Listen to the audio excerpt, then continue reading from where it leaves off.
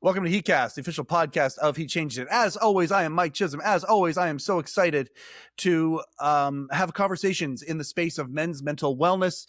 I love what it is that we do. And thank you, by the way, if we've gotten a bunch of recent feedback from people who are saying that the show is helping shape perspectives and create reflection for people. Reflection is something we're going to talk about in this episode here.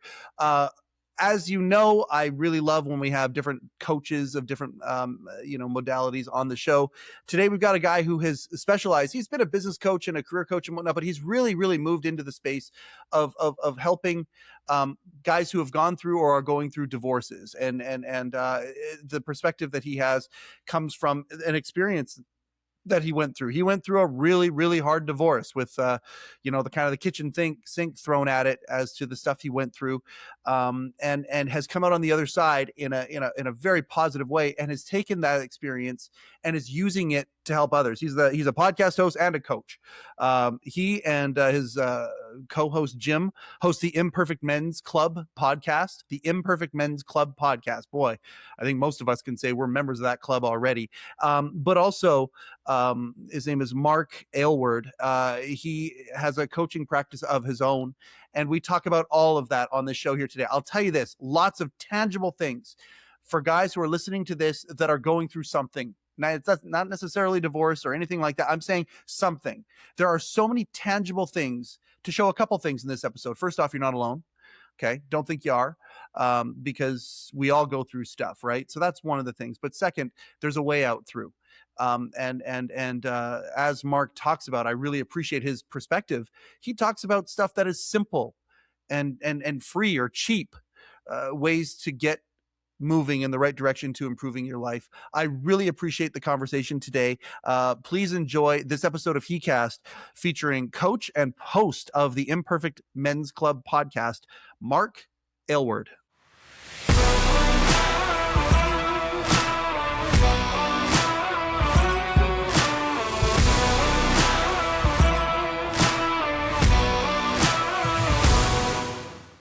Okay, Mark, I always talk about how in the intro, you hear me talk about, I'm so excited to have these conversations around the space of men's mental wellness. And I am. It's legitimate. Every single one of these things, it's like a Fabergé egg to me. I love conversation. I'm a relationship connection guy.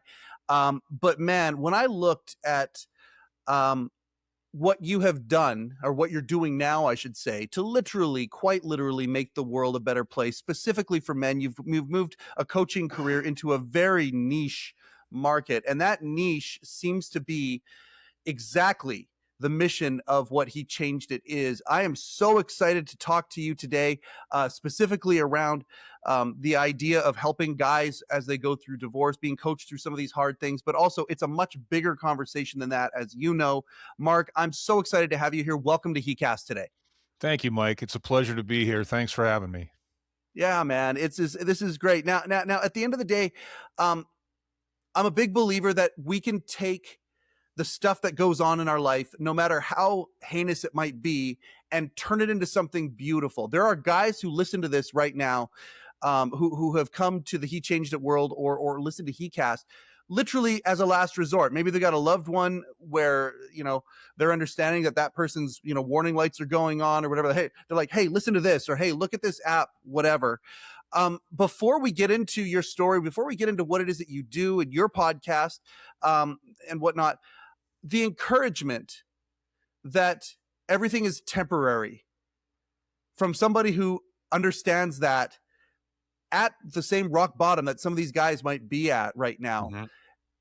You can say that proof positive as a testament that not only is everything temporary, but you might think that everything is so bleak, but you can find joy and you can find light on the other side. And I want to start with that with you, because you certainly seem to have done that.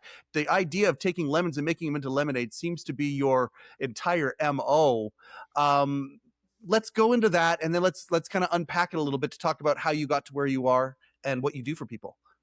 Yeah, I would probably just back that up and just say, to me, everything's a choice, right? And everything. And on top of that, I think that in my experience, it's been the case that it's not about what happens to you. It never has been about what happens to you, because you don't have any control over that for the most part. It's about how you choose to respond to what happens to you. And as cliche as that sounds, it's so true. I was just having a conversation with my son. He was upset about something. I said, dude, I see the lesson in this thing. If you don't see it yet, keep looking, look harder, because it's there, Yeah. And so, and I also think, again, this is just my lived experience, that the only way that I've ever failed at anything is that I've quit, and we all quit stuff. I mean, sometimes it's good to quit certain things. And that might be harder sometimes than not quitting. But if you don't give up, you'll get where you want to go. And that's just true. You can argue that all day long, but at least for me, it's been true.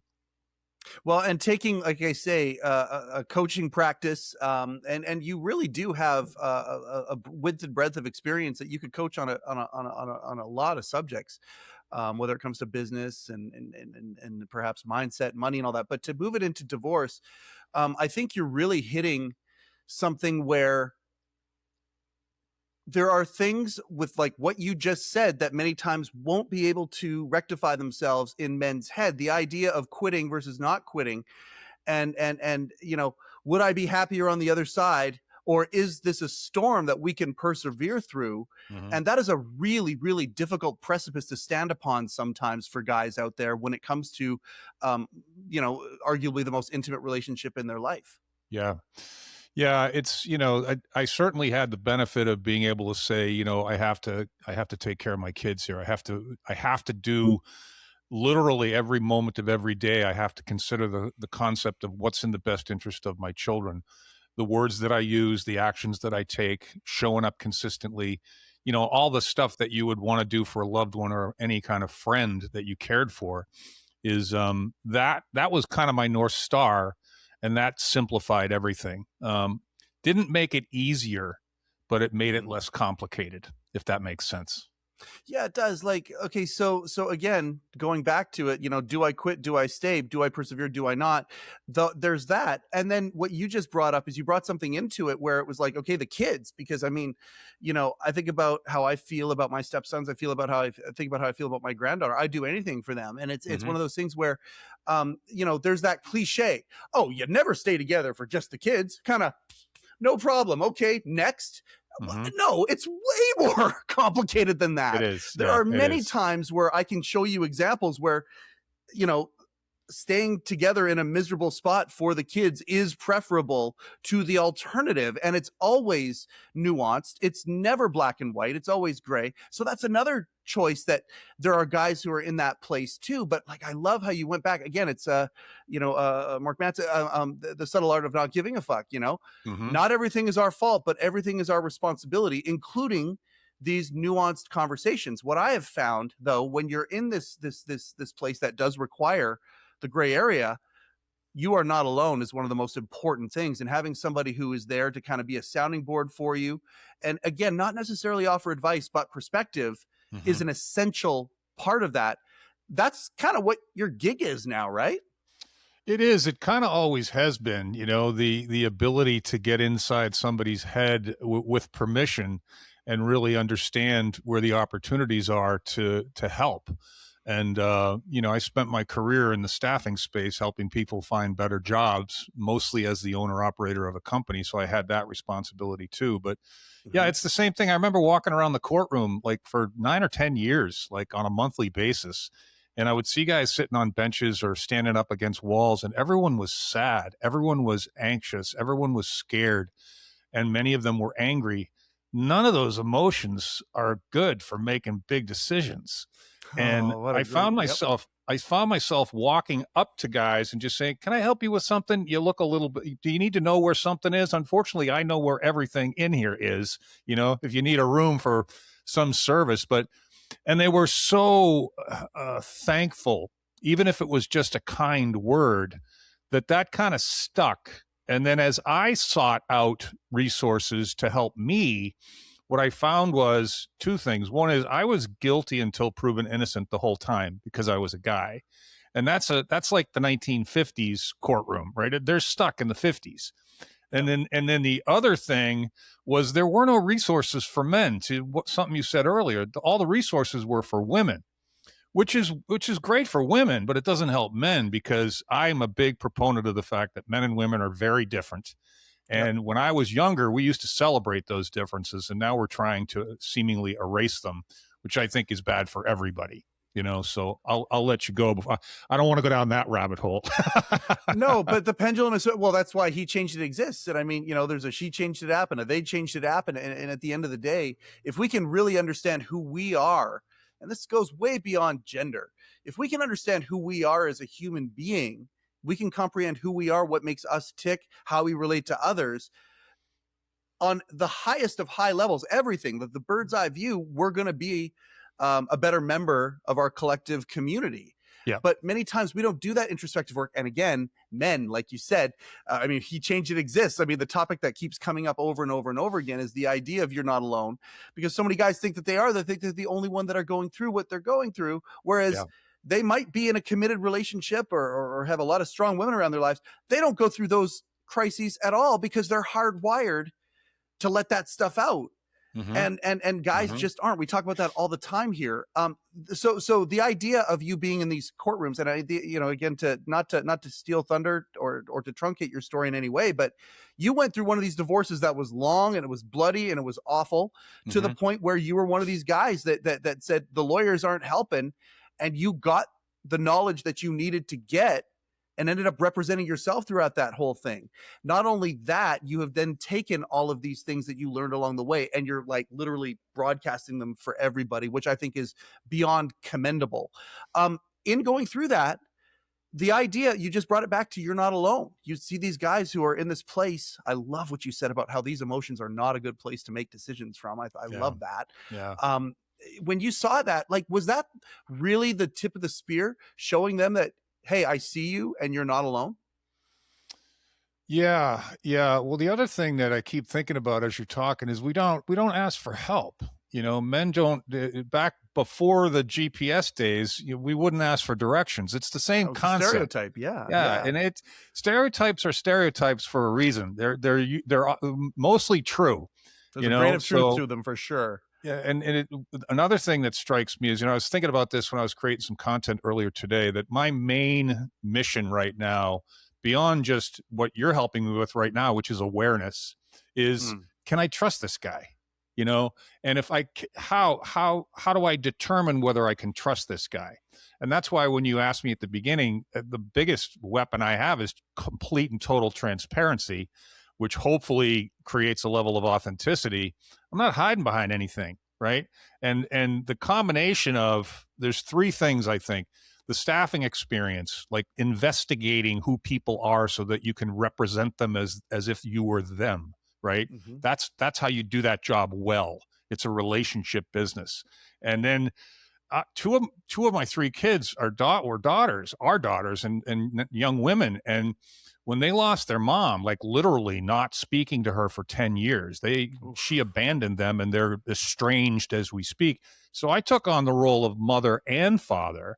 And so they taught me how to listen. They taught me more empathy. They taught me how women think. They taught me a lot of stuff that I don't think men in general are present in that empathetic state to the extent that women can do that. But I picked that up, and I've had a couple guys say to me, you have an empathy and a lack of judgment that most men don't bring to these conversations. And I'm like, that's where it comes from, on top of the fact that once you see how effective it is and how helpful it is, you double down on it, right? Yeah.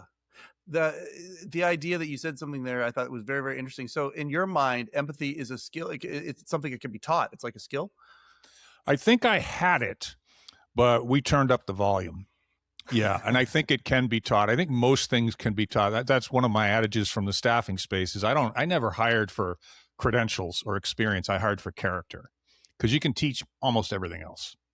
Oh, see, there you go. Including how to get out of, situations that seem impossible and restart and all of that. Take responsibility for where things are at, and then move forward. Do you I would love if you did provide a little bit of background as to what you went through. I kind of set the table a little bit and kind of gave broad strokes, but, and again, it's not about burying an ex or doing anything like that. There are guys though who are going through significant struggle, and you were certainly one of those places. You alluded to it, the idea of a kid, being estranged from the one you called your wife. Incredibly complex stuff emotionally, and you had to kind of feel your way through it. Not only that, as you were going through it, the adversity of being attacked. So could you maybe talk a little bit about what you went through, and then we'll talk about what you did about it? Yeah. So, the entirety, people like to ask me what happened or when did it happen? I'm like, that's not how it works. It evolves over time. It's not a light Yeah. switch that turns on and off. But it started to be, she was going through like a midlife crisis or something. And I think it goes back to childhood trauma with her. And if I were a psychologist, I could give you a diagnosis, but I would say, it was probably narcissism and probably, a number of other psychological things that when it came time for her to say, I got to work on my stuff, she did not make that choice. She said, I'm just going to beat the shit out of this guy and everything's his fault.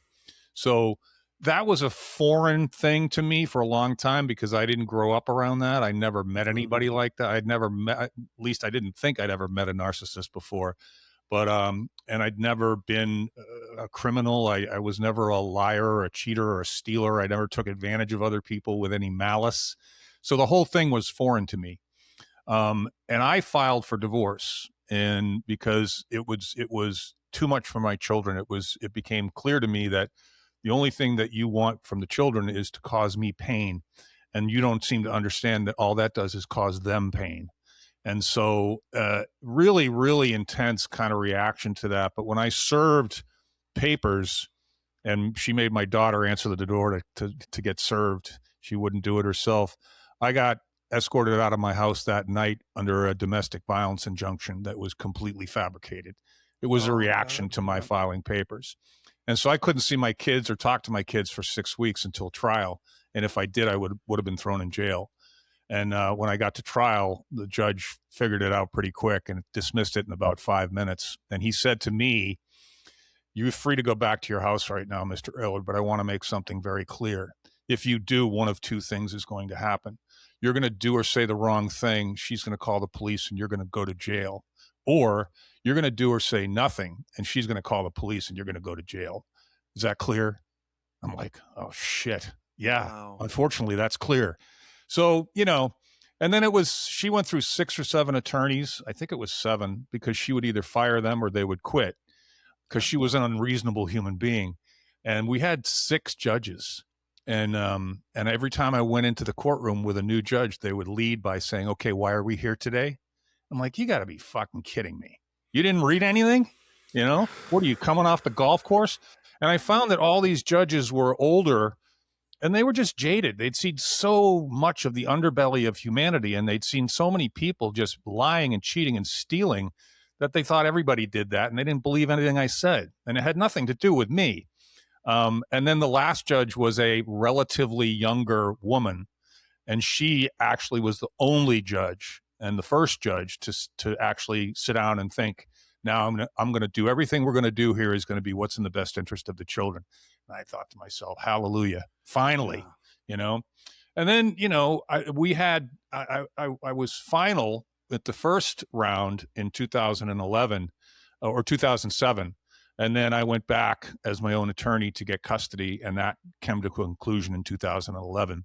And I got back pay and child support and alimony, which was it wasn't a significant amount of money, but it was a hell of a lot of fun. I got a chuckle out of that. That just pissed her off to no end. And, my daughters had run away from her years before then. They just took all their stuff that they could fit into the truck and they drove over to my house and said, we're not going back. And even though she had 50-50 custody, she kept getting her checks, so she didn't really care, and she never came after them. So my son was left behind, and he apparently had told her, because I said, dude, come on over. Let's just all live together. And he said, Dad, I can't. Mommy said if I leave her, she'll kill herself. Yeah. So that's the kind of thing she was capable of. So you really don't have to tell too much more about her. Anybody that's willing to do that is pretty much capable of anything. And the representing myself I became very appreciative of the level of detail and work that attorneys have to go through, because it was a whirlwind of information and learning. But yeah, the kids are great. You know, they struggle sometimes with the anxiety that comes with just being abandoned by your mother. That doesn't Hmm. just go away. It resurfaces now and then, but they're all very productive young adults, and we have a very strong relation. I have a very strong relationship with all three of them. So that's the divorce story, and you can Well, poke at that. I, I appreciate that. Well, yeah, I got lots of places to poke on that, and so so you talk about the abandonment thing. And we've had that's actually come up here on the show a couple of times. The childhood trauma, lowercase t, uppercase t trauma stuff. But abandonment is one of those subtle ones. You tossed it out there right now like it is a known thing. Now that's for you, and that's great. Do they know that? Do they know that they actually have abandonment issues? And does the awareness of that alone help? Yeah, that's a great question. I think my daughters have both done significant internal work with therapists and different holistic types of health related things. We're all athletes and we exercise a lot. We eat well, so we're supporting ourselves within the things that we can control. My son hasn't really addressed those issues. He looks and feels to the outside world fine, but he's a man, so he's stubborn about working on himself. And in spite of the fact that I am who I am and the girls are who they are, he doesn't walk around all day struggling with too much. But there's a few things that you can tell, frustration or anger or anxiety that creep in. I'm like, dude, I think you gotta go find out where those things are, and you gotta kind of caress them a little bit. Otherwise, you're gonna have that hanging over you for the rest of your life. But to some extent, Mike, as you know, we all have things dangling over us. Nobody's fixing everything. Nobody's perfect. That's why we called it the Imperfect Men's Club for our podcast. It's like the imperfection is in fact the perfection, So I love that. You're talking about your son there, and that's the second time that when talking about parenting at this stage, because we all know, well, most of us know, if we haven't become aware of it, the moment I say it, it'll be an aha moment. Then we all know that kids become parent deaf, early on in many, many respects. And that parent deafness has a scale of where it can be versus the actual, listening. And I love one of the things that you said earlier, when you were talking about your son. Say, hey, can you see the lesson in this right yet? The idea of not trying to, strong arm it and force it down the throat as a dad, how we can do that, but it's more of an invitation for exploration. If they choose to go down that path, they can go down that path, but you're also giving room for him to, figure things out on his own, and also letting him know, I have some insight here if you want to hear it, but you're going to have to ask for it, kind of a thing. I think that's a delicate balance. And I love that the way that you talk about that. Clearly that's the version of ourselves that we want to be. Sometimes tougher when you're in the moment with these creatures that we're more emotional about than anything, right? Very much so. Yeah. It's one of the reasons I think I can be most effective with men that are, strangers to me at the introduction, because I bring an objectivity to a situation that's completely emotional. And when you're to what I said earlier, when you're emotional, one of the things I teach in my staffing space, my coaching space, that's just salesmanship is you can look at things however you want to look at them. And being able to, when you encounter something that makes you emotional, negatively emotional, angry, anxious, frustrated, the best thing you can do, my dad taught this to me from the perspective of a fighter pilot, an airline pilot. What do you do when an engine catches on fire? I don't know, Dad. What do you do? Nothing.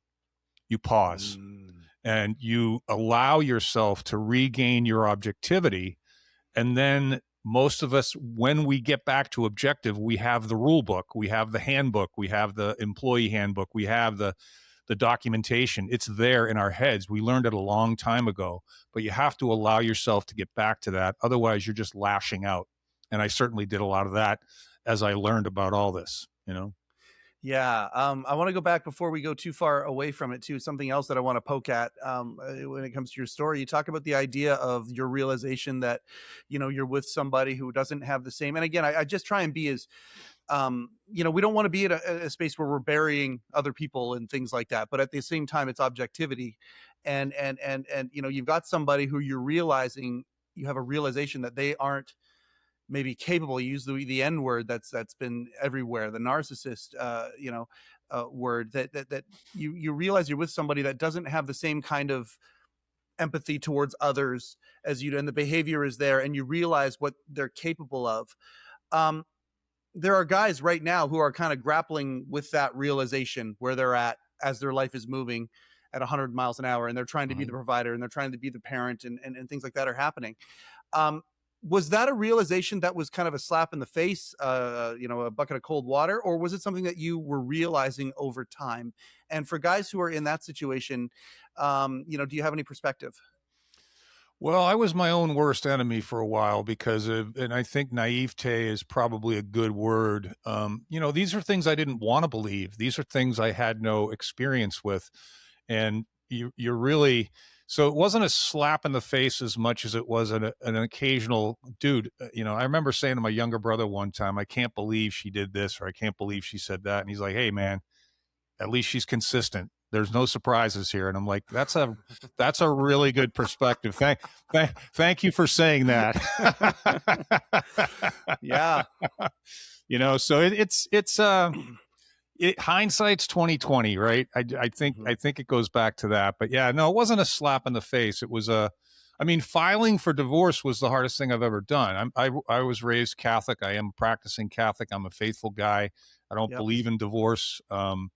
And I didn't, I thought it was going to hurt my children, but it actually helped them. I remember saying to a guy a couple of weeks ago, going through something very similar, my heart goes out to the guy. And I just said, I got to stop the conversation for a sec, Joe. And I want to tell you one thing. Your kids are a lot stronger than you think they are. And you're not going to do anything. If you stay well-intentioned and try to maintain a level of objectivity, no matter what happens, they're going to be okay. I can almost promise you that. And he started crying. It was that important. And I just said, have at it, man. I get it. I get it. I was so worried about my kids for so long. And I did. I had a friend of mine, the only friend of mine that doesn't have his own kids, ironically, one day he said to me, what's up today? I'm going to court. He goes, how come? He goes, I'm going to fight for my son. He goes, why? I go, what do you mean, why? He's my son. He goes, doesn't it take two people to fight? If one of them stops, doesn't that end the fight? Oh, wow. And I'm like, holy shit. Yeah. Out of the mouths of single guys with no kids, We'll talk about objectivity, right? Right. No dog in that fight. Yeah. So it changed my outlook. It changed my attitude. And I have to say that it contributed to the expediting of the final trial. How much? Who knows? It would be that speculation. Is an interesting. Okay, hold on. Let's poke that for a second, because that. Okay, so we all have these light bulb moments. I love the light bulb moments. Is one of the reasons I get so damn excited about this show, is because I get light bulb moments all the time, and I'm kind of addicted to it. I love those moments. I think you just said one. The idea of, okay, well, why are you fighting for your son? So basically, that's a reframe in my mind. What he's getting you to do is reframe what it is that you're doing. So and that is a powerful tool. It's like what you just said about the pilot with the engine on fire, right? You take a pause, right? And what are you doing? You're reframing. You're reframing priorities. You're reframing what to do. He did that for you just by saying, I'm going to go fight for my son, which, like, Mark, that sounds noble to go and say, I'm going to fight for my son. And perhaps that's part of the folly of it, is it sounds like it's duty. It feeds into that primal masculinity that we do have. But I'm curious about what the reframe was, because at the end of the day, you're going to court. You're going to, what did it become in your mind? Did it be, if you were to look back now and change the word from fight, would it be advocate? Would it be, what was that reframe like? Yeah, well, I continued. It's not like I stopped doing the right thing. It's not like the process is the same. I continued to try and model behavior, be consistent, be available, be present. I didn't stop any of that stuff, but it was kind of like, this is energizing her. This is my fight. My fighting back is giving her energy. It's not dissuading her. And, Yes. one would normally think, if I push back on somebody, it will dissuade them from doing whatever it is they're doing. Yep. Mostly that's true, but not in this case. And I was so close to it that I couldn't see that, even though now saying it in hindsight, it sounds so obvious, as all hindsight does, right? Sure. But I decided that his point was just that. If you stop feeding her energy, then she'll have less energy to do whatever she wants to do to you. Yep. And that was just true. So that was the reframe. It was you think that you're fighting, but all you're doing is feeding her negative energy. Yeah. Oh, I love that. Okay. Thank you very much for, again, I'm going to go broad too. Like, thank you very much for taking these things that you've gone through. I'm certain it's therapeutic for yourself as well to get it out there. It was a lot of strife, long time of a part of your life. It changed your entire business, like again, not to put words in or to get out there, but you are very transparent with your story. This is one of those ones where she came after you, your character, your business, all of that stuff. And sent a whole bunch of things crashing down for you. But here you are on the other side of it, not only doing well, but teaching people how to get through what they've gone through. Again, this is exactly what He Changed It is all about. The idea that we come to a place where we can take something that we need and leave something that we know. And that is vulnerability. Let's go back to the directions for a second, because I think it's an important point. Because there's a lot of guys out there who are afraid to ask for directions. I'm quoting for those who are listening, right? I'm doing the air quotes thing. There's a lot of guys who are afraid to talk about what it is that they're going through, right? But again, when somebody comes and asks you for directions, if you're in a good space, you're not, you're in a decent mindset, it's a pleasure to do that. It's a pleasure to help people. And that's vulnerability. It's an exchange of vulnerability. But the person who's in need, for some reason, is more apt many times to continually just looking around, trying to figure it out for themselves, when the shortcut to where they want to get to is literally asking for those directions. Reciprocally, the person who does that, who gives the directions, loves that. Is that your entire life right now? Like, have you based basically your entire life around this right now? Yeah. I remember, it makes me think of the first placement I made when I was 26 years old. It was a guy, and he was a single dad with 3 young boys. And he was about to lose his house because he'd been out of work for so long. And I found him a job. And he said, Mark, you saved my life. And I thought, this is what God wants me to do. I'm getting emotional just talking about it. Pouring into others, man. Like, it's a great thing. There's nothing like it. There's just nothing like it. So sorry about that. No emotional stint there. But yeah, no, it's and then, coming out the other side of this, I'm like, for instance, I'm writing a book. It's called No One's Coming. And it talks about the feminist movement and the rising of that in the 60s and 70s, and the notion that, we had that conversation and everyone kind of said, well, that sounds like a good idea, having women have the same rights as men. But we never had the conversation with the men to say, this is what this is going to mean for you. And so the men were all left alone to figure that out on their own. And the first time some guy opened a door for a woman and she yelled at him, I don't need your help, I can do that myself. He's like, what the fuck is going on here? And so I still don't think we've had that conversation. So I'm having that conversation in the book and wrapping my story around it, because I think it's relevant. I think it's important. And having 2 daughters, and I have now been in a relationship with a woman for 7 years. So I didn't lose my appreciation for the sweet female gender, but it's we didn't have that conversation. I think it's part of the reason guys don't feel comfortable emoting. I think it's part of the reason guys don't ask for help. It's part of the reason guys are like, I'm not sure what I'm supposed to say here or what I'm supposed to do, and I'm being judged. And I think it feels unfair, but I don't have any defense. I don't have any ammunition. I don't have any plan. And so I think that's confusing everyone, personally. Absolutely.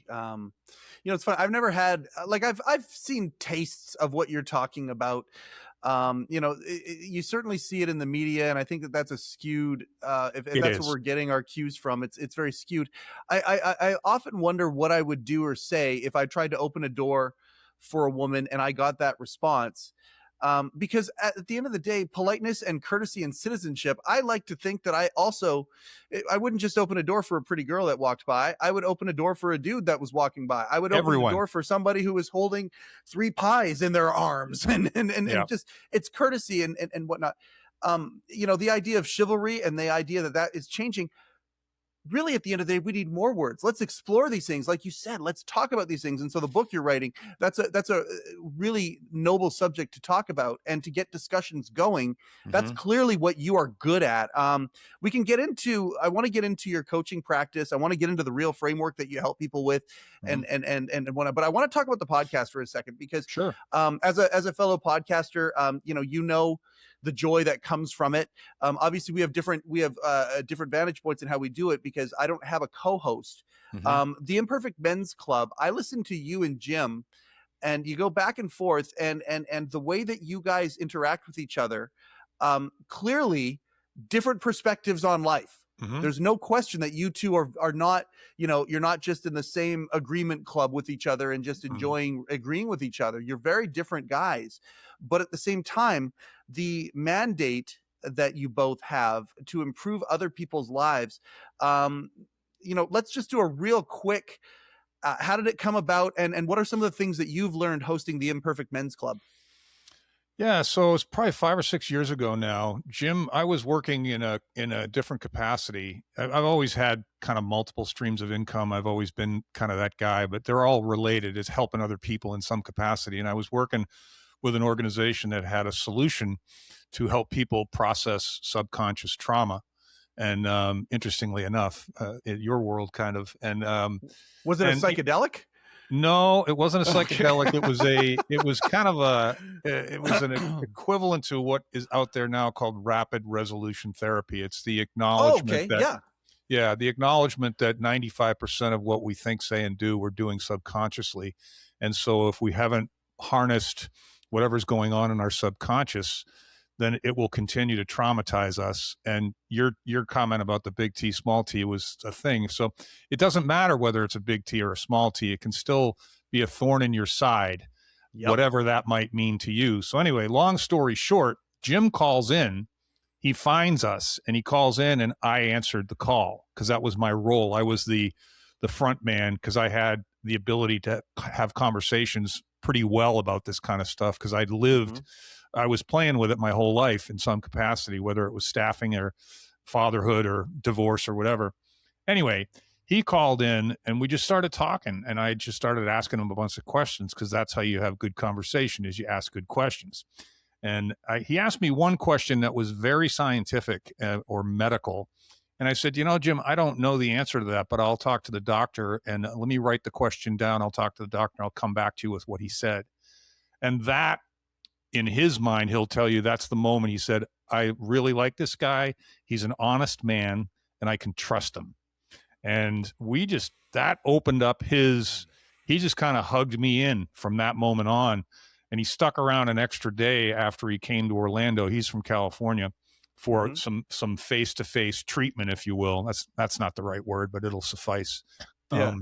And then we went out to dinner. In-person treatment. Yeah. And we went to dinner and we started finding out that we both were interested in, this whole idea of what men go through. And he was in a position, and he'll tell you this, of a little bit of desperation because he had been getting depression was creeping in. And it was attributed to the fact that he was a professional rugby player and had probably 30 or 40 concussions during his lifetime. Right. And it was the whole NFL football, issue. And he was scared.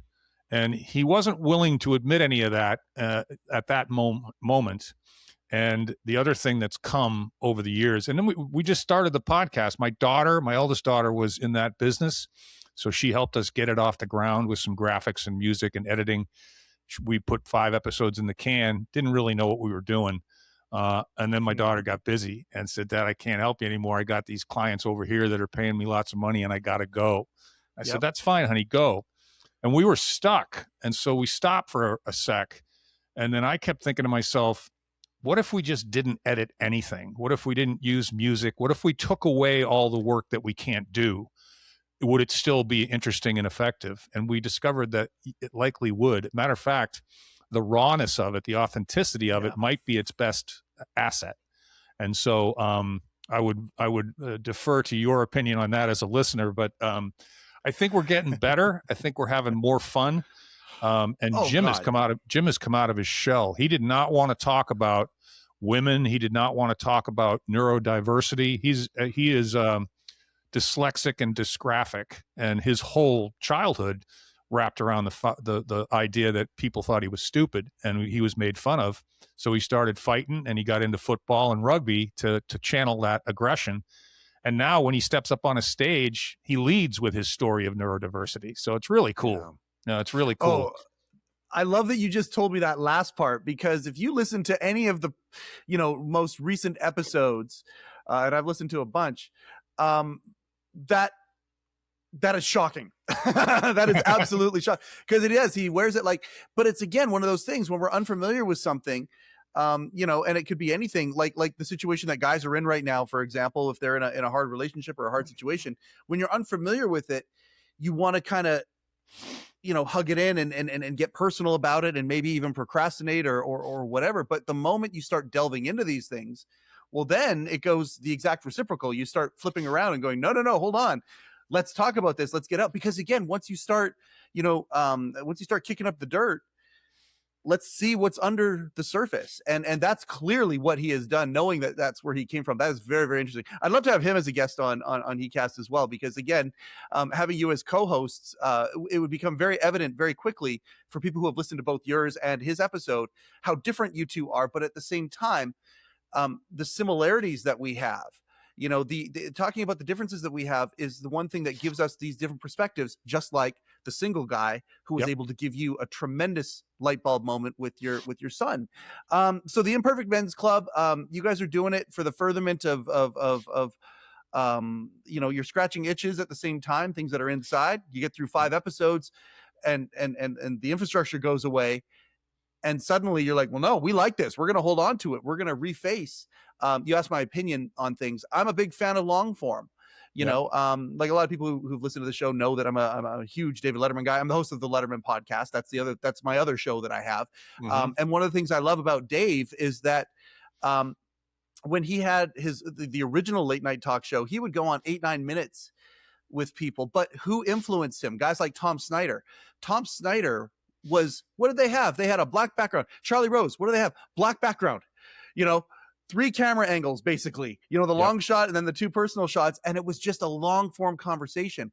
Yep. Why is the #1 broadcasting platform on the planet, or broadcaster, I should say, Joe Rogan, right? Yeah. How long are his episodes? 3.5 hours. They're long. Yeah. I think there's a hunger out there. Obviously, there's a hunger on the other side. You look at where TikTok is, and instant, quick, the algorithm. But to me, that algorithm is hypnotizing us. When it's us being us, I believe long form is the way to go. And the conversations that you two have are beautiful. They're dynamic. The back and forth is really, really lovely. The perspective difference is awesome. But they're all chocked full of information. I want to give an example here, because really at the end of the day, you base your podcast around 5 things. Mm-hmm. And you go through those 5 things seemingly at different times and different topics. But could you go through the 5 things really quick and talk about that? Because there's a lot of guys who, when they hear this, there's going to be light bulb moments. You even just explaining the 5 things. Yeah. So it's the idea that life is easily carved up into 5 areas. And we, particularly men, have a tendency to focus all our energy in one at a time, to the neglect of the other 4. And what we've all discovered this, I suppose, we just need to be reminded of it now and then, is if you're all in on your career, then your relationship's going to suffer, your health's probably going to suffer, your money situation might be okay, but it's just money, right? So your view of these things. And one of the things I do in the morning in my journaling exercise is I put these 5 things down on a piece of paper and say, just give some love to each of the 5 today, and don't neglect any of them, because if you make the mistake of going all in on the one, the other 4 will suffer every time. And that's just for all of us. And it's money, worldview, health, mental and physical, career, your life's work and your relationships with other people. And so, and what we do is I used to do it. We don't use our video. It's just an audio podcast, but I used to put up my hand and say, there's the 5 right there. And right in the middle here is yourself, is your ego. And everything is driven from here. And then Jim started developing this list. I think it's over 40 now. Self-reflection, self-awareness, I suppose, is first, which leads to self-reflection. And then it's, self-discipline, self-accountability. He has a whole list of self-words, and they typically become the topics of episodes. And then we kind of tell stories around all 5 areas of our lives and how they're impacted. So that's it in a nutshell. I think the most important thing is that we all, men and women, humans, have a tendency to go all in and lose sight of the other things. We'll neglect our relationships, or we'll neglect our sleep, or we'll neglect our health, or we just want to get food in our belly, so we'll eat shit instead of good food. And it's just like you just keep taking these moves, neglecting 3 or 4 of the 5 areas, and before you know it, you're 40 pounds overweight, or you're got some chronic disease, or your wife's leaving you, or, it's just the same for all of us. And the balance approach is, I think, where it's at. I think that's one of the secrets to life, is balance, right? Mm-hmm. Not too much of anything, but not too little of anything either, if that makes sense. Oh God, are you kidding me? It makes such perfect clarity. It's so clear. That's one of the things I love about you guys. You talk about deep subjects, but you're able to really simplify them and make them, make them very, very clear. I'm listening to you right now, and I know, I'll tell you this, there's a lot of guys out there who have heard, oh, you should journal, and people should all over them. And they say, okay, yeah, you should journal. At the end of the day, the times that my life is going the best are the times that I'm journaling. And I've got a good, relationship with journaling. Guys don't know what to do, and there's different ways to do it. Okay. If every morning you took 15 minutes and you wrote down the word career, what can I do for my career today? I'm going to call these clients. I'm going to get this paperwork done. I'm going to have the best attitude when I walk into work today, no matter what, if I'm dealing with that person. Okay, great. Worldview. I am not going to be affected by the polarization today. Whenever I see polarization, I'm going to laugh. Relationships. I'm going to make sure I text all of my kids today. I'm going to make sure that I ask my wife without my phone in here. I'm going to do this. Okay. Health. I'm journaling right now, and I'm going to go for a run later. Great. And money, I'm going to pay that bill off today because it's going to feel good to do it, even though it's 2 weeks early. If somebody did that every day, if somebody did that every single day, imagine what the cumulative effect would be after 3 days, 5 days, a week, a month. Do that for a month and see where your life is going to be at that point. What a powerful, powerful intro to the world of journaling. You don't need to go and, so many times we complicate things so much. What a clear way of showing somebody how to put some direction back in their life. That's a great place. You would ask me about my framework, the real framework, and journaling is definitely, I have all these tools that, when I say tools, I've borrowed them or stolen them or repurposed them. I joke with people all the time in the career space. Plagiarism ends when you get out of school. Okay. The rest of your life, you're plagiarizing everything for the rest of your life. There's no reason to make anything new up. You just relearn things. One of my favorite phrases is, we have to be reminded way more often than we need to be taught new things. It's mostly reminding people. And so all of the tools that I use all of them are either free or cheap. They don't require much time, so they're easily consumable on a consistent basis over a long period of time, which is how you gain any worthwhile traction in anything. Little tiny bits, little tiny steps over long periods of time. Yep. I enjoy them, which is like if I didn't like to ride a bike, then I would walk. If I didn't like to walk, I would swim. Find something you look forward to that you can do in a short period of time that is impactful, and then just kind of bunch them up. Like my journaling practice is part of, I precede that with prayer, and I precede that with breath work. And then after it's all over, I throw some exercise in. I'll go for a walk, or I'll go out in the yard and just hack stuff up for an hour and sweat. So and I made a job. I was an athlete my whole life. I was in the weight room most of my young life, but I don't do that anymore. I can't jog anymore. My body won't let me, but I walk, Mm-hmm. and I have a bike, and I like to swim in the ocean and, get out in the sun for 5 minutes in the morning. Everybody knows this stuff. I just think that maybe what I do is I make it more accessible. I make it easier to understand. And I don't, I tell people in the marketing side of what I do, if you're looking for a quick fix, that's not how this works.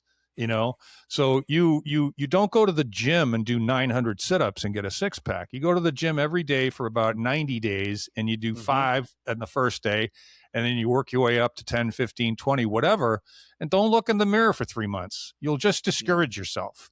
So it's just a perspective, and it's, so those things are all part of what I deliver to my clients, because those are the things that you can take with you when we're done, right? That will sustain everything, right? Absolutely. Because most of us fail in our New Year's resolutions because of the sustainability challenge. And it's usually because we take on too many things that are too hard or too expensive, and we give up on them too early. So make them simpler, make them easier, make them free, and recognize that we're not taking a look at the progress we're making for a few months, right? And so, that's kind of, it's nice that we segued into that, because I think that's part of the reason what I do is so effective. It's simple. Well, and that's where I want to go, because I mean, at the end of the day, the podcast, if we do ever have Jim on here, we can talk about what he does, but the idea of you two taking what it is that your viewpoints of the world, but also what you do, and kind of taking those things and amalgamating them into one show, and then being able to mix it up and give for the benefit of yourselves, but others. It's like you're taking these very productive conversations that you would be having anyway with somebody you have synergy with, and you're using it to benefit everybody else. That's what it feels like. That's the raw part. I love that. Yep. But then let's go to, and we can find you on markaylward.com, right? Yes. And your practice. I want to go into the real, and for anybody who wants to go in there and get an assessment, I love that. There's you're willing to do that, but the idea of when you go down the site and you see how many times you talk about the REAL framework, REAL, it's an acronym. Can you talk about REAL and what it means? Yeah, and just to remind me, I want to get Jim whatever link he needs to get in touch with you guys, so you can invite him on the show. We'll get Joel. Oh yeah, just send Joel the email. Joel's a master at that. We'll get in touch for sure. He'd love to come on and talk to you. Yeah, I recognize, actually Jim helped me with this, the idea of frameworks. I think the way that his mind works, which is fascinating. I mean, I love his neurodivergence is so much a part of the fun of our conversation, and we tease each other. And if there's big words that need to be pronounced, I'm the one who pronounces them. If writing needs to happen, I'm the one who writes. He thinks differently. Like, it's cool. But he loves frameworks because it allows his brain to organize things in a way that he needs in order to access his intellect. And he's a very bright guy. So, I resisted frameworks because I've always resisted structure. I've always been more of a shoot from the hip kind of guy. Like, when you said we're not going to have any structure to the show, I'm like, that's a blessing to me, because scripting me is the way to make me completely uninteresting. And so, I just kept listening to this good friend of mine talk about frameworks, and he kept bringing them up in conversations. And I'm like, I think I might have to do that, because I think maybe less for me, but in order for the outside world to say, oh, I can see now what Mark does and how he does it, because it's in a framework, right? So that was the impetus behind the notion of developing a framework. And then I said, well, back to my recruiting days, how do I begin a conversation with a prospect? How do I get this prospect? I start asking questions. Well, what is that? What's another word for that? Well, that's reflection. We're reflecting on life. What's important to you? What do you like? Why are you doing what you're doing? What do you want to do? What would you rather do? Why would you rather do it? It's like, you know what it is? It's how you prompt AI. And so when I got into AI, I'm like, I'm just being a recruiter here. I'm just probing with prompts, with questions. Why do you say that? Say that again. What do you mean by that? Right? Getting people to really open up. So reflection I think it's how you start any move into a better direction, because reflecting on things, being self-aware, and then rolling into the idea that I am personally accountable for all this. I'm in control of this stuff. This is my stuff. It's internal. It's not external circumstance. It's not other people. This is go inside and see what's in there. You might not like everything, and that's okay. You don't have to fix everything. You just have to, first thing you have to do is know what's going on, right? Can I say something about that, though? Yeah. Yeah. We live in a society, again, what is the number one social media platform out there now? It's TikTok. Yeah. And I mean, to me, these things are they distract us from doing exactly what you do. I think there's a lot of guys who don't know who they are because, and never mind, haven't been taught how to do this, but we live in a society right now that doesn't encourage reflection, does it? No, 100%. It's all the more reason that it's so important. And I give part of what I do, for sure, it's always been the case, is give people permission, like in the career space, permission to dream bigger, right? Just because you're a project manager in the healthcare space doesn't mean the next job has to be project management in the healthcare space. Because I'll tell you from experience, 80 to 90% of your skills are transferable to any job. So knock that shit off right away. That cracks open people's craniums. Sometimes that's all I have to do. Holy shit, Mark, thank you so much. I became a doctor because my dad wanted me to become a doctor. Like that was 40 years ago, right? Yep. So there's so many other good things you could do for humanity as an experienced doctor that don't require you to be a doctor in performance. So anyway, again, we go back to you're not alone. Like again, going back to the journaling, those 5 things, how easy it is with your techniques with people, or not techniques, but the things that you offer them, free stuff, right? But you're bringing the idea that you jumped in the rowboat with them. They're not alone. And that part, the permission part, is basically just to say, no, it's okay. You're going in the right direction in doing this journaling. You're doing showing that reassurance. Yeah. It goes back to how we started this whole damn thing. You're not alone. And whatnot. So anyway, that's a tangent, but let's, what's the E? So our reflection, what's the E? Yeah, well, once you've done some significant reflection and you've gotten all this stuff down on paper or whatever you write with, doesn't matter. Now it's time to evaluate. Okay, what are we looking at here? And what, let's just kind of knock back and forth in a similar way that we reflected, but let's just shift to evaluation. And that begins the ranking process, perhaps. Maybe like what's in ranking of importance, ranking of impact, ranking of legacy, ranking of whatever it is that you want out of the rest of your life. Let's start to evaluate all of this self-reflection work. And then that leads into action or activate. So now I have to make choices because there's only so much time in a day. So all of these continue the process of evaluation. All of them continue the process of reflection and activation. But now it's done with all of this context, right? Mm-hmm. And probably the most important thing, Mike, in my observation out of those first 3 are this idea that, your values are now going to start to align with your actions and your words. And most of us aren't aligned, myself included, all the time. My words sometimes are inconsistent with my actions. My actions are inconsistent with my values. Because just as a for instance, well, let's just say one of your values is integrity, right? You ever lied to anybody?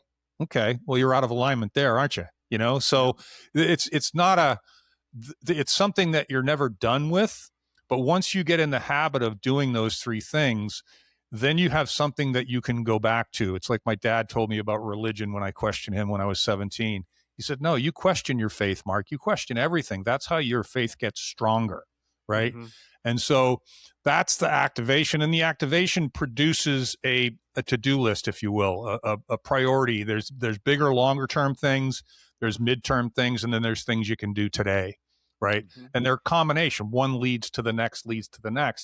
Speaking of leadership, that's the L, and to lead. And I think that you've done this before. Yeah. It's like you've explained it once or twice. That just rolled out of my mouth. I'll take no credit for that at all. But leadership's been a whole part of my life. I mean, I was the captain of my little league team. I was the captain of all my sports teams. I was the owner of the company. I was the dad. And my dad is a leader. He's 97 and he's still driving his own car and not taking any medication. Yeah. Wow. So quite an exceptional example. But leadership, from the perspective of the first thing you need to do is lead yourself. And so we're going to reach back into our reflection. We're going to reach back into our evaluation, and we're going to reach back into our activation and say, what are these things? Which of these things would be consistent with me leading myself, modeling behavior, looking for consistencies. I used to tell my kids when they were confused in the middle of the shit, the truth lies where actions and words are the same. That's where you'll find integrity. So whether you're judging me or your mom or your teacher or your coach, are the words coming out of their mouth consistent with the actions that they're taking? That's where integrity lies most of the time. It's not 100%, but it's really good, simple formula. And then the idea of leading yourself. Now, hold on, I gotta poke that for a second here, because again, we got guys who are listening to this right now, and you think about the some people would call it the fragile male ego, whatever you want to call it. I think that masculinity many times has a tie to leadership, and there are guys who are aching to be a leader, and they have been handcuffed. They're not in a place where they're able to lead. They're not a leader in their household, but because it might be because of what's going on out there. And like you say, the merging of what the male identity is with something else, and the questioning of that. And so you got people who are confused, and confused people many times will be like stagnant water, and stagnant water usually isn't good for anything except for breeding bad things. Yes. So so you think about leadership.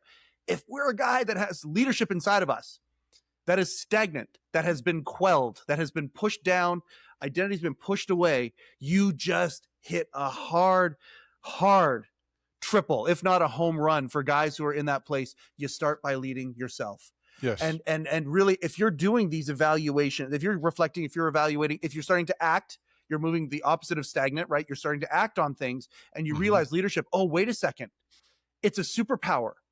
I don't have to be the leader of my wife. I don't have to be the leader of my kids or the people at work or the person who cut me off in traffic or whoever it is. If I'm leading myself, the fulfillment shows up there. And then that starts to be like, the rock being thrown into the water and the ripples showing up from that. Leading yourself, guys who are out there who are listening to this, start by leading yourself. Don't worry about the fact that if you can respect yourself and you can lead yourself in the direction you want to go, guess what? Good things are going to happen. You hit a home run with that one, Mark. Like I think there's so many guys that need to hear that.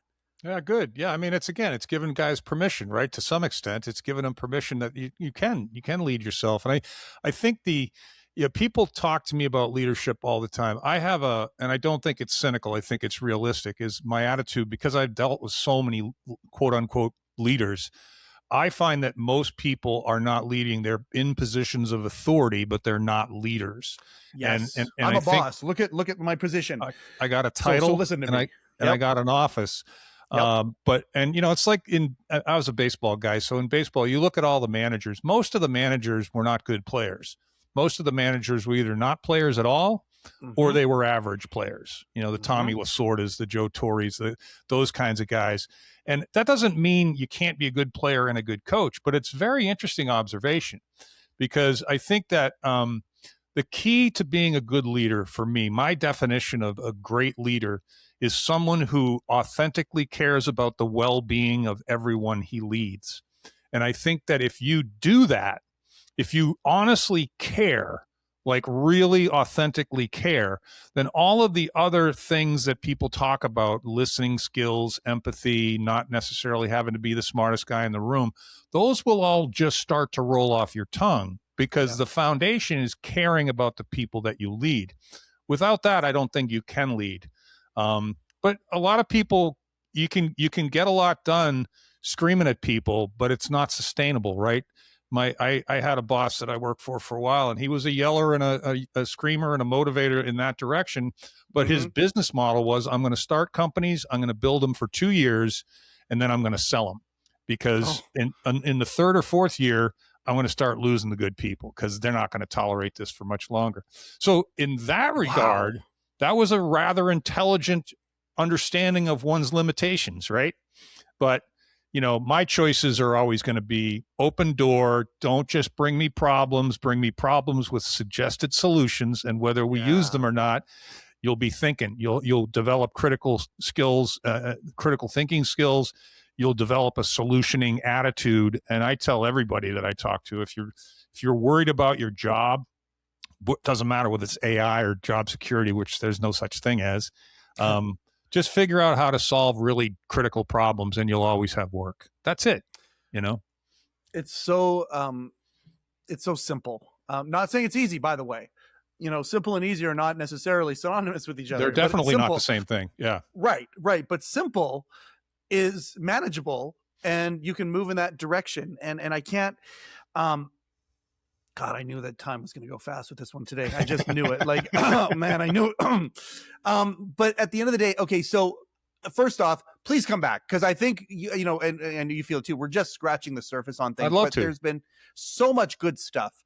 For the people who are hearing this right now, what are you focused on? Are you focused on the problem, or are you focused on the solution? And it's so easy to get caught up in the problem and then let the echo chamber of the problem begin, and then that sends you down a bad path. But wait a second, what if you kind of took that pause that Mark is talking about? What if you took that pause and said, okay, well, what might be a potential solution? What might be another potential solution? Oh, holy cow, I just thought of 3 things that could be solutions. Now that one's not very good, but that one might be okay, and that one there would be easier, and now suddenly you're in a different mode completely, and you've changed your thinking. Mark, when people want to find you, and I know Joel's gonna connect out with you too and see if there's a way that we can take some of the resources and expand them into the He Changed It platform as it grows. But if people want to contact you, first off, the Imperfect Men's Club podcast, it's on all the podcast platforms, right? Yeah, I think there's like 9 of them, but all the big ones for sure. But Apple and Spotify, right? Like that's what we care about. I think it's no offense to all the other podcast platforms out there, but those are but I mean, yeah. So okay, the Imperfect Men's Club. Okay, and then what about you yourself? Where are you? If people want to, do you do social media as well, or is it mostly the website? Like, where do you want people to come and look for you? I spend most of my time on LinkedIn. And because I started out there because it's a career space, right? And it's morphed into a lot more than that, but I was there a long time ago. I think I've been there 20 years now. Most of the stuff that I've been producing for the last few months has been specifically around divorced men. But there's also a ton of stuff, and you can get to all my other sites from there, like my website and my YouTube channel. And I do some writing on Substack and Medium and Quora. I answer some questions and stuff. So I'm out there. But if you can get to all those other places from my LinkedIn profile, which is like Mark, last name's Aylward. And I think my LinkedIn profile is /Aylward Mark. But if you type my full name in, just in Google, I think my LinkedIn profile shows up as the #1 search because it's a rather unique name. So just to keep it simple, I would encourage anybody with whom any of this stuff resonates, go find me on LinkedIn, connect with me if you're inclined. You don't have to, but go sample some of the free stuff. I got some pretty cool videos on YouTube. Nothing's terribly polished, but I use a good mic and a good camera, and I can speak pretty good. So, most of it's relatively understandable. And then, the way that I kind of ease into working, in exchange for money with people is I give people a 30-minute call on my dime.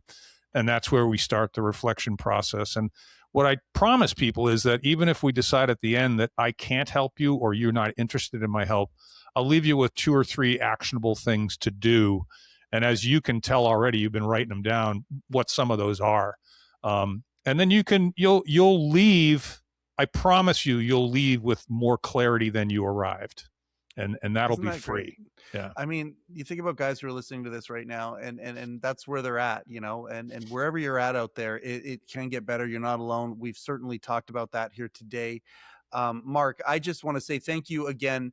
And I mean, we did only scratch the surface of some of the adversity you've faced, but we've given a good kind of flavor for it at least, and you've taken and done something with it that many people don't do, and that's lean into it, and then evolve it into coming to a place where you can help others going through the adversity that they're going through. That is certainly what He Changed It is doing. I hope that our circles will connect and the collaboration can deepen as things move forward. Me too, what Mike. He Changed It is doing. Yeah, me too. I think that I would really enjoy further collaboration. I'd love to come back on. Very gracious of you to have me, and you asked some really good questions, and you wrote it all down, so you know what we haven't covered as well. That'll be the next episode. Absolutely, man. Absolutely. Mark, it's a genuine pleasure to meet you today. Everybody, I say this every time. This is why we do the show. Yes, this is why we do the show. We do the show so we can put some clarity out there for guys that are going through stuff, and perhaps others who have guys who are going through stuff that need these insights, these specific points of view and vantage points. If you haven't downloaded the He Changed It app yet, what the heck are you waiting for? Go to hechangeit.com for all of the details and watch this thing grow into the movement. I mean, the goal is the big, hairy, audacious goal is we change the world. That's what we want to do. Stretch ourselves. We want to change the world. So let's make that happen. This has been another episode of heCast, the official podcast of He Changed It. My name is Mike Chisholm. Go change something.